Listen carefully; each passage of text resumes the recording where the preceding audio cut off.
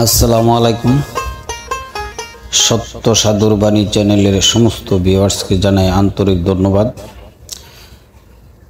তো আজকে যে টিপসটা আপনাদের কাছে নিয়ে এসেছি, আশা করি এই গাছটা সবাই চেনেন।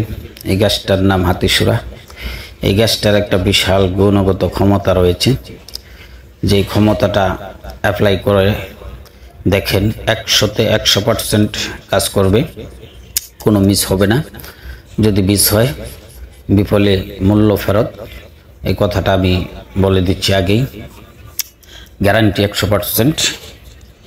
এই গাছটা আপনাকে প্রথমে খুঁজে বের করতে হবে, বিশেষ করে বিল বা নদীর কাছে যে পাড় থাকে, পাড়ের মধ্যে বা রাস্তার আশেপাশে এই গাছটা পাওয়া যায়। তো এই গাছটা পাওয়ার পর আপনাকে নিঃশ্বাস বন্ধ করে গাছটাকে উঠাইতে হবে। উঠানোর পর পুরো গাছটা ফেলে দিয়ে যার যে মূলটা, নিচের দিকের যে মূলটা নেবেন, 1 ইঞ্চি করে টুকরা করবেন। 1 ইঞ্চি করে 3টা টুকরা করবেন নিচের দিক থেকে। 3টা টুকরা করে বাজার থেকে বড় দেখে একটা পান আনবেন।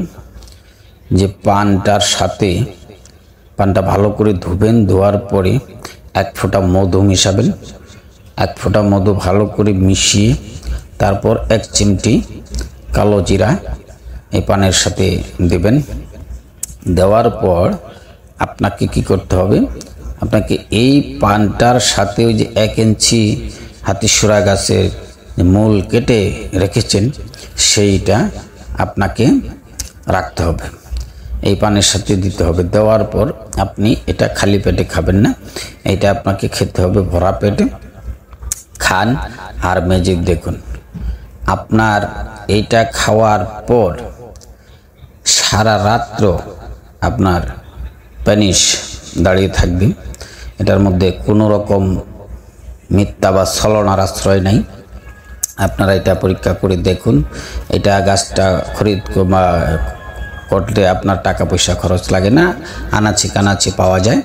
সেটা এনে আপনারা ভালো করে ধুয়ে পরিষ্কার করে একবার সেবন করে আপনারা দেখুন, সারা রাত্র আপনাকে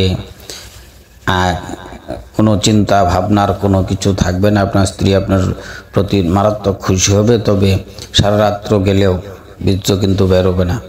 আপনি শত চেষ্টা করেও বীর্য বের করতে পারবেন না, এত শক্তিশালী এই গাছের শিকড়ের ক্ষমতা।